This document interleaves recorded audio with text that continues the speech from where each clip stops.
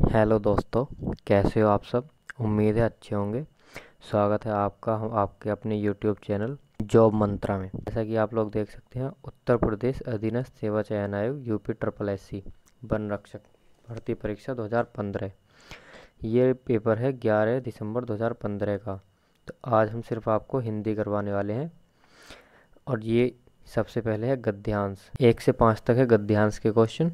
निम्नलिखित गद्यांश को पढ़कर पूछे गए प्रश्नों के उत्तर के लिए दिए गए 4 विकल्पों में से उपयुक्त विकल्प का चयन कीजिए। तो सबसे पहले हम यहाँ पर गद्यांश पढ़ लेंगे। वैज्ञानिक प्रयोग की सफलता ने मनुष्य की बुद्धि का अपूर्व विकास कर दिया है। द्वितीय महायुद्ध में एटम बम की शक्ति ने कुछ क्षणों में ही जापान की अजय शक्ति को पराजित कर दिया। इस शक्ति की युद्धकालीन सफलता ने अमेरिका, रूस, ब्रिटेन, फ्रांस आदि सभी देशों को ऐसे शस्त्रास्त्रों के निर्माण की प्रेरणा दी कि सभी भयंकर और सर्वनाशकारी शस्त्र बनाने लगे। जैसा कि आप देख रहे हो, गद्यांश में पूछा जाता है टाइटल क्या है। टाइटल पे भी ध्यान रखना है। यहाँ पे बात चल रही है एटम बम जैसे मतलब विनाशकारी शस्त्र अस्त्र बनाने वाली। आगे पढ़ते हैं। अब सेना को पराजित करने तथा शत्रु देश पर पैदल सेना द्वारा आक्रमण करने के लिए शस्त्र निर्माण के स्थान पर देश के विनाश करने की दिशा में शस्त्रास्त्र बनने लगे हैं। यहाँ पर भी शस्त्र की ही बात हो रही है। नए नए शस्त्र बन रहे हैं देश के अपनी सेना को पराजित करने तथा शत्रु देश पर पैदल सेना द्वारा आक्रमण करने के लिए। इन हथियारों का प्रयोग होने पर शत्रु देशों की अधिकांश जनता और संपत्ति थोड़े समय में ही नष्ट की जा सकेगी। इन लाइनों पर ध्यान दें, सोच समझ के पढ़ें। इन्हीं में से क्वेश्चन बनेगा। क्योंकि ऐसे शस्त्रास्त्र प्राय सभी स्वतंत्र देशों के संग्रहालयों में कुछ न कुछ आ गए हैं, अतः युद्ध की स्थिति में उनका प्रयोग भी अनिवार्य हो जाएगा, जिससे बड़ी जनसंख्या प्रभावित हो सकेगी। इसलिए निशस्त्रीकरण की योजनाएं बन रही हैं। शस्त्रास्त्रों के निर्माण की जो प्रक्रिया अपनाई गई, उसी के कारण आज इतने उन्नत शस्त्रास्त्र बन गए हैं जिनके प्रयोग से व्यापक विनाश आसन्न दिखाई पड़ता है। अब भी परीक्षणों की रोकथाम तथा बने शस्त्रों का प्रयोग रोकने के मार्ग खोजे जा रहे हैं।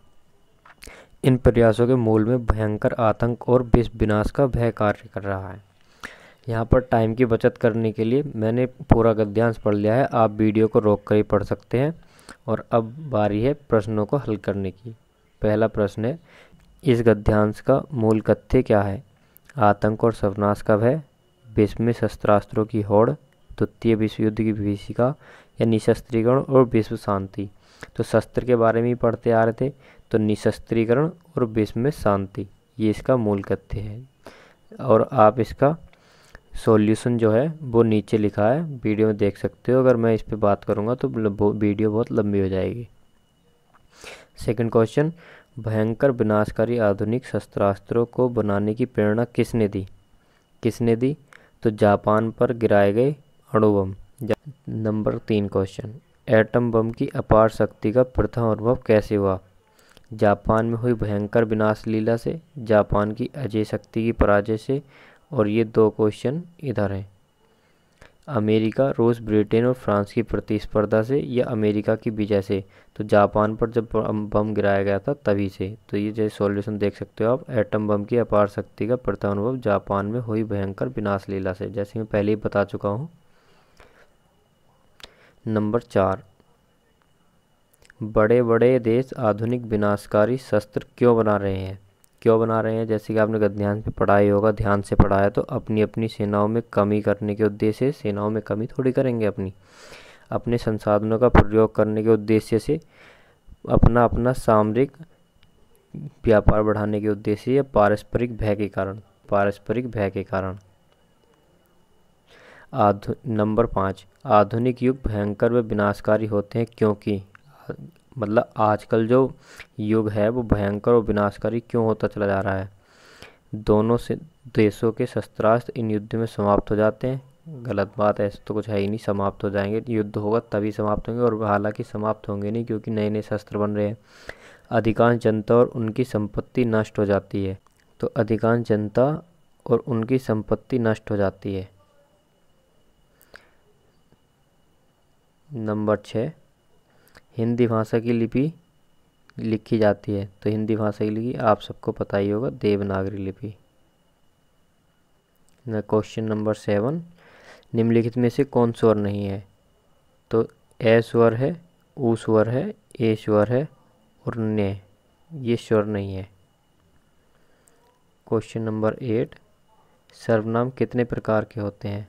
तो आप सभी लोग जानते हैं सर्वनाम 6 प्रकार के होते हैं। क्वेश्चन नंबर 9, निम्नलिखित में से कौन सा शब्द क्रिया विशेषण है? तेज, बुद्धिमान, मीठा और पहला। क्रिया विशेषण वो शब्द होते हैं जो क्रिया की विशेषता बताते हैं। तो तेज, वह बहुत तेज दौड़ता है। दौड़ना दौड़ना क्या है? क्रिया। दौड़ने की विशेषता कौन होता है? तेज। तो ये क्या हुआ? क्रिया विशेषण। क्वेश्चन नंबर 10, सदा एक वचन में प्रयुक्त होने वाला सहायता। क्वेश्चन नंबर 11, जिसकी आशा न की गई हो, तो ये होता है अप्रत्याशित, और ये आशातीत होता है आशा से बहुत अधिक। पृथ्वी के तीनों ओर पानी वाला स्थान होता है प्रायद्वीप, और चारों तरफ पानी हो तो वो होता है महाद्वीप, ये प्रायद्वीप। क्वेश्चन नंबर 13, जिसके पास कुछ भी नहीं हो, तो जिसके पास कुछ नहीं होता उसे कहते हैं अकिंचन। क्वेश्चन नंबर 14, विशिष्ट अवसर पर विशिष्ट लोगों के समक्ष दिया गया विद्वत्तापूर्ण भाषण, ये होता है अभिभाषण। और संभाषण, अपभाषण, ये सब आप इसकी व्याख्या में देख सकते हो। क्वेश्चन नंबर 15, आदि से अंत तक होता है आद्योपांत। ठीक। क्वेश्चन नंबर 16, तो ये क्वेश्चन नंबर 16, इसमें दिया गया है नीचे दी गई पंक्तियों में पहली और अंतिम पंक्तियों क्रम से 1 और 6 संख्या दी गई है, बीच के 4 वाक्यों को उचित क्रम में लगाएं जिससे अर्थपूर्ण वाक्य बन सके। तो यहाँ पे क्वेश्चन ये रहा आपके सामने। तो इसमें अरेंज करना है क्वेश्चन को, 1 अपनी जगह पे रहेगा और 6 अपनी जगह पे रहेगा, और बीच में 4 ऑप्शन दिए हैं, ये रे ले वे, इनको अरेंज करना है। तो 1 और 1 राष्ट्रीय चेतना, तो इससे मतलब स्पष्ट है कि यह तो पहले आएगा नहीं, क्योंकि डबल 1 मतलब 2 बार 1 और 1 कोई संबंध नहीं है। और रे, बात करते हैं अगले ऑप्शन की, रे 1 की, तो यानी कौन से 1 की, तो इसलिए दूसरा ऑप्शन, 2 ऑप्शन खत्म, बचे 2 ऑप्शन। नंबर 3, ले ऑप्शन की बात करें, 1 लेकर, तो ये भी नहीं बनेगा, 1 लेकर क्या लेकर, तो ऑप्शन 1 बचा लास्ट, 1 भौगोलिक सीमा में। ठीक, सबसे पहले 1 भौगोलिक सीमा में, ये आ गया बचे 3। 1 भौगोलिक सीमा में क्या? 1 भौगोलिक सीमा में लेकर रहने वाले व्यक्तियों, क्या लेकर रहने वाले व्यक्ति, या 1 भौगोलिक सीमा में की समष्टि, यानी किसकी समष्टि?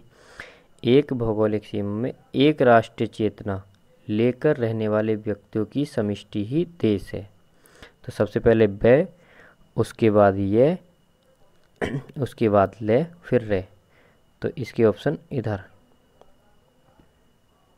ऑप्शन नंबर सी, ब, ये, ले, रे। 1 भौगोलिक सीमा में 1 राष्ट्रीय चेतना लेकर रहने वाले व्यक्तियों की समष्टि ही देश है। आगे बढ़ते हैं। ए राकेश यहाँ आओ, इस वाक्य में कारक बताना है, कौन सा कारक है? तो जहाँ पर भी ये एक्सक्लेमेटरी साइन होता है, यहाँ पर संबोधन कारक, वहाँ पे संबोधन कारक होता है, सीधे सीधे पता चल रहा है। आगे चलते हैं, ये आप वीडियो रोक करके देख सकते हैं। सीमा कुत्ते से डरती है, इस वाक्य में कौन सा कारक है?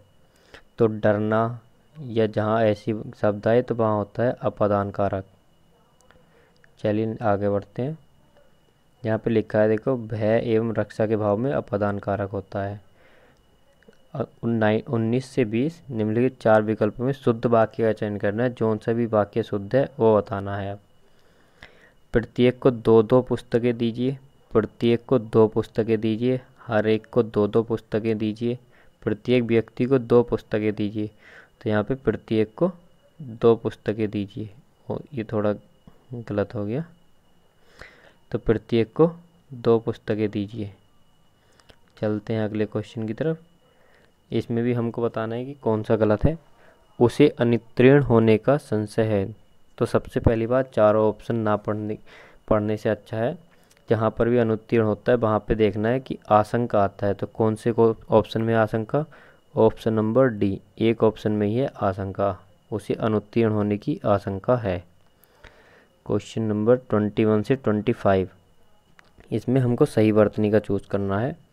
तो जैसे कि आप सब देख रहे हैं, सही वर्तनी पृथ्वी, पृथ्वी ऐसे लिखा जाता है,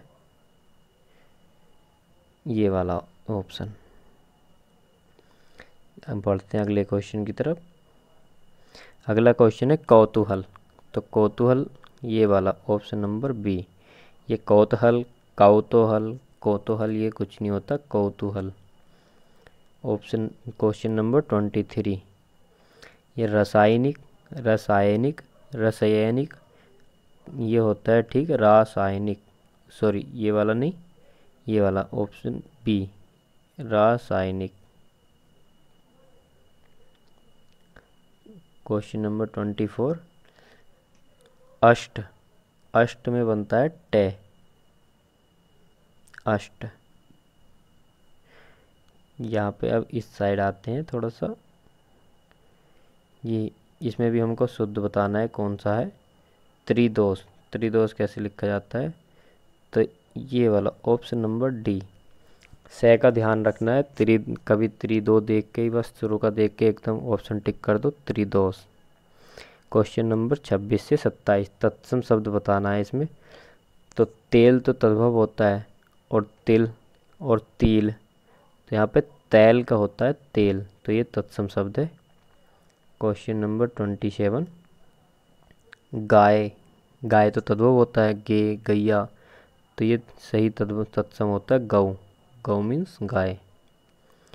28 से 30 तक वाक्य के अशुद्ध भाग का चयन करना है कि कौन सा भाग अशुद्ध है। तो समय का सदुपयोग द्वारा, समय का नहीं, समय के सदुपयोग द्वारा। आगे बढ़ते हैं। तुमने अपनी स्वेच्छा से यह काम किया है। इस क्वेश्चन में आपको बता दूं, सबसे पहली बात, जब भी क्वेश्चन शुद्ध करने के लिए आता है तो हम बाद वाली गलती को ही हटाते हैं, लेकिन कुछ वाक्यों में ध्यान रखना पड़ता है कि उसमें शुरू वाला हटाना पड़ता है, क्योंकि ऐसा है ना कि पहले जो रहेगा उसी के हिसाब से तो बाद वाला गलत करेंगे, और स्टार्टिंग में गलत कर दिया तो वो गलत हो जाता है। इसलिए पहले क्वेश्चन पढ़ लो, उसके बाद देखना है। अगर यहाँ हम स्वेच्छा हटाते हैं तो तुमने अपनी से, क्या अपनी से, तो यहाँ पे हमको पहले वाला हटाना पड़ेगा, तुमने अपनी हटा के स्वेच्छा से, यानी तुमने स्वेच्छा, यहाँ पर सुपरफ्लुअस हो रहा है, मतलब दो बार अपनी भी और स्वेच्छा, स्वेच्छा के साथ अपनी का कोई मतलब नहीं, तो यहाँ पर अपना हटा दिया है, अपनी हटा दिया जाएगा, ऑप्शन ए। और क्वेश्चन नंबर 30, तुलसीदास ने अवधी भाषा में अनेकों, तो यहाँ पर गलती हमको मिल चुकी है, अनेकों कुछ नहीं होता, अनेक शब्द होता है।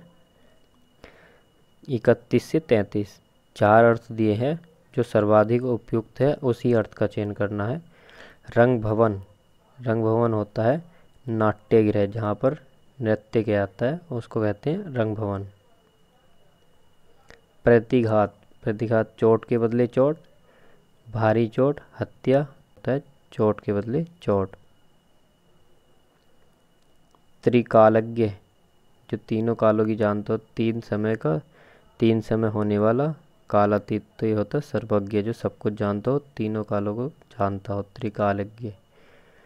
और ये यहाँ पे है अलंकार, ले चला साथ में तुझको कनक ज्यों भिक्षु लेकर स्वर्ण झनक, तो जहाँ ज्यों त्यों जनु मनु मानो ये आता है वहाँ पर होता है उत्प्रेक्ष अलंकार, ठीक।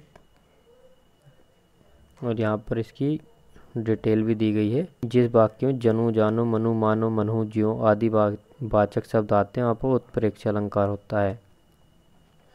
क्वेश्चन नंबर 35, निज दिन बरसत नैन हमारे, इस पंक्ति में किस रस का वर्णन किया गया है? तो इस रस में निज दिन बरसत नैन हमारे, यानी कृष्ण जी के वियोग में जब कहते हैं तो ये हम पर कृष्ण जी की बात है, निज दिन बरसत नैन हमारे, तो श्रृंगार रस है, वो भी वियोग श्रृंगार। क्वेश्चन नंबर 36, किस रस को रसराज कहा जाता है? तो रसराज कहा जाता है श्रृंगार रस को। ये तो बहुत इजी क्वेश्चन था। क्वेश्चन नंबर 37, कोई बच्चा नहीं खेलेगा, रेखांकित शब्द क्या है? रेखांकित शब्द है कोई। तो कोई क्या है? कोई बच्चा ये होता है सार्वनामिक विशेषण। कोई सर्वनाम है और विशेष यहाँ पर विशेषण का काम कर रहा है, तो यहाँ पर हो गया सार्वनामिक विशेषण। क्वेश्चन नंबर 38, विस्मय। विस्मय का स्थायी भाव होता है अद्भुत, और हास का हास्य,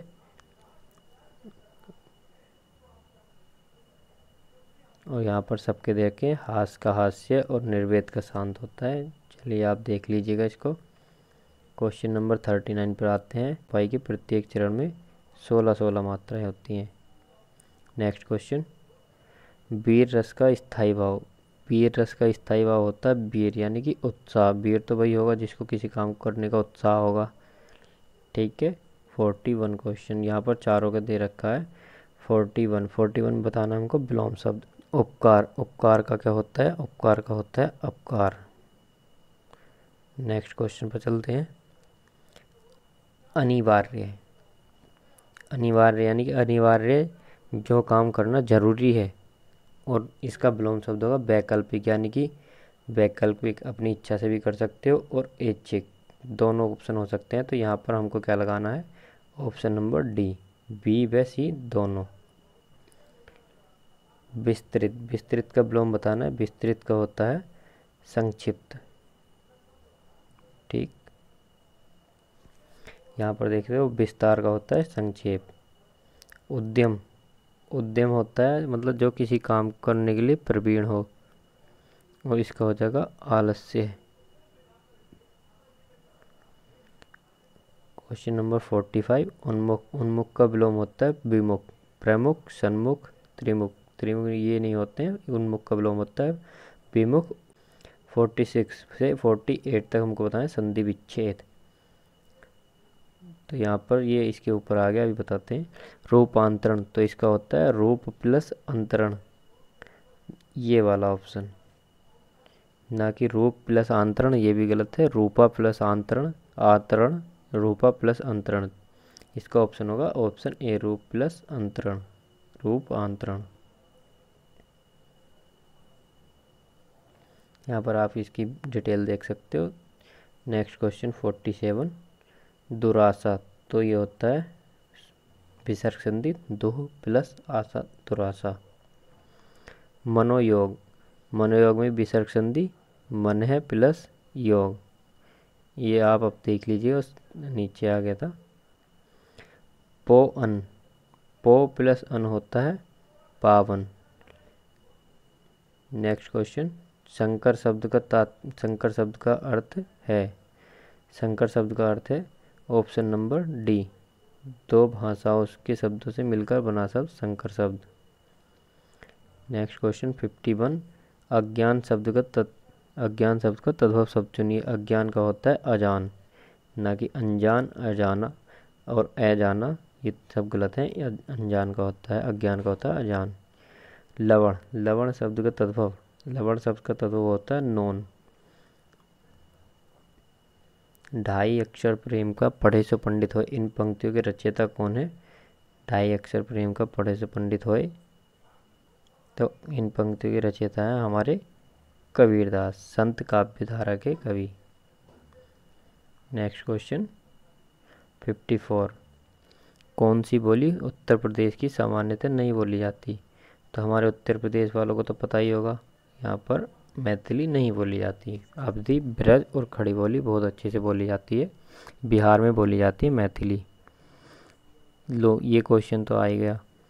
कबीरदास शक्ति काल की किस धारा के कवि? अभी बताया था, संत काव्य धारा के कवि हैं। नेक्स्ट क्वेश्चन 56, कौन सी पुस्तक प्रेमचंद द्वारा लिखित नहीं है? तो प्रेमचंद द्वारा प्रेमाश्रय, रंगभूमि, कायाकल्प, इन सबको तो आप जानते ही हो। जय पराजय, ये प्रेमचंद द्वारा लिखी हुई नहीं है। ये उपेंद्र नाथ अश्क का नाटक है, यहाँ पर जैसे कि मेंशन किया हुआ है। नेक्स्ट क्वेश्चन 57, कौन सी भाववाचक संज्ञा है? भाववाचक संज्ञा है मित्रता। नेक्स्ट क्वेश्चन गरीबों की सहायता करो। गरीब शब्द का क्या, गरीब शब्द क्या है? गरीबों की सहायता करो, गरीब शब्द है जातिवाचक संज्ञा। यहाँ पर किसी एक विशेष की नहीं, गरीबों की बात हो रही है, तो ये जातिवाचक संज्ञा है। सभी गरीबों की सहायता करनी चाहिए। जो करेगा सो भरेगा, तो जहाँ पर जो सो आता है वहाँ पर होता है संबंधवाचक सर्वनाम।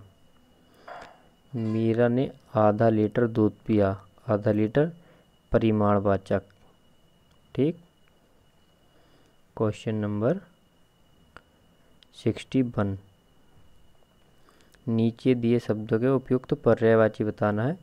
मेधावी, मेधावी होता है प्रतिभाशाली। नेक्स्ट क्वेश्चन 62, जल निधि सागर। अमृत, अमृत का होता है पीयूष। वीडियो काफ़ी लंबी हो गई है इसलिए थोड़ा जल्दी करने की कोशिश करते हैं। मरकट, मरकट का पानी पुत्र बंदर मित्र, ये तो आप सभी को पता होगा, मरकट होता है बंदर। नेक्स्ट क्वेश्चन 65, वृक्ष का पर्यायवाची नहीं है। वृक्ष का पर्यायवाची नहीं है बिहग, बिहग होता है पक्षी का। तरु, पादप, साखी ये सब भी वृक्ष के पर्यायवाची हैं। यहाँ पर 66 क्वेश्चन देखते हैं। 19, 19 का उपसर्ग होता है उत, उत प्लस नीस, 19। निम्नलिखित में कौन सा शब्द प्रत्यय नहीं है, कौन से शब्द में प्रत्यय नहीं है? तो यहाँ पर गुणवान, इकहरा, दुबला, दूजा। दुबला, दुबला शब्द में प्रत्यय नहीं है। नेक्स्ट क्वेश्चन, निम्नलिखित में से रोड़ शब्द कौन सा है? रोड़ शब्द पंकज, पंक प्लस जय यानी कि कीचड़ में जन्मा पंकज, जल प्लस जय जल में जन्मा, विद्या प्लस आलय विद्यालय, कमल, कमल रोड़ शब्द है, इसके विच्छेद नहीं हो सकता। एक प्रत्यय लगाने पर सप्ताह का रूप क्या होगा? एक प्रत्यय लगाने पर सप्ताह रूप साप्ताहिक नहीं होता, साप्ताहिक होता है। Option number B. अभ्यागत, अभ्यागत शब्द में उपसर्ग होता है अभी, अभी प्लस आगत, अभ्यागत। क्वेश्चन नंबर 71, इसमें आपको मुहावरा बताना है। आँखों का पानी, आँख का पानी ढल जाना, आँख का पानी ढल जाने का मतलब होता है निर्लज्ज हो जाना। नेक्स्ट क्वेश्चन, थाली का बैंगन होना, थाली का बैंगन होना होता है सिद्धांतहीन व्यक्ति। Option number D. तलवार की धार पर चलना, तलवार की धार पर चलना होता है कठिन कार्य करना। Option number D. चूहे के चाम से नगाड़े नहीं मर जाते, तो ऑप्शन ए है कंजूसी करना। बाकी ऑप्शन के लिए इधर आना पड़ेगा, तो इसका ये होता है सीमित साधनों से बड़े काम नहीं होते। Option number D. एक ऑप्शन भी है सीमित साधनों में काम चलाना, लेकिन ये होता है काम नहीं चलेगा, तो इसके बात का भी ध्यान रखना है। अंधे के हाथ बटेर लगना, तो अंधे के हाथ बटेर लगने का मतलब है अपात्र को बड़ी सफलता मिलना, यानी कि वो उसके काबिल नहीं था फिर भी उसे वो सफलता मिल गई। क्वेश्चन नंबर 76, पंचानन, पंचानन में कौन सा समास है? पंचानन में है बहुब्रीहि समास। नेक्स्ट यहाँ पर आप देख लीजिएगा, शंकर जी के लिए आता है पंचानन। 77, गंगा जल, गंगा का जल, तो यहाँ पर होगा तत्पुरुष समास। ऑप्शन क्वेश्चन नंबर 78, तीन बेर खाती थी और तीन बेर खाते, यहाँ पर होगा यमक अलंकार। यमक अलंकार क्यों होगा? क्योंकि तीन बेर खाती थी और तीन बेर खाते, एक बार बेर का मतलब है कि तीन टाइम खाती थी, और एक बार बेर का मतलब है कि बेर खाने वाले बेर। चलिए आगे चलते हैं। ऑप्शन नंबर से क्वेश्चन नंबर 79, अलंकार का शाब्दिक अर्थ, अलंकार का शाब्दिक अर्थ तो आप सभी को पता ही है, आभूषण होता है। नेक्स्ट क्वेश्चन 80, सत्सई, सत्सई स्वभाव, सत्सई शब्द में समास का भेद बताइए। सत्सई शब्द में यानी कि सात, सत्सई सात रचनाओं का जो समूह है उसको सत्सई कहते हैं, तो यहाँ पर होगा द्विगु समास। और इसके बाद हमारा सामान्य जानकारी, ये हम अगले वीडियो में कराएंगे। अगर वीडियो अच्छी लगी हो तो लाइक करें, शेयर करें, चैनल को सब्सक्राइब कर लें, बेल आइकन को दबा लें, और आपको जो भी डाउट हो या जो सजेशन हो वो कमेंट बॉक्स में ज़रूर करें। जय हिंद, धन्यवाद।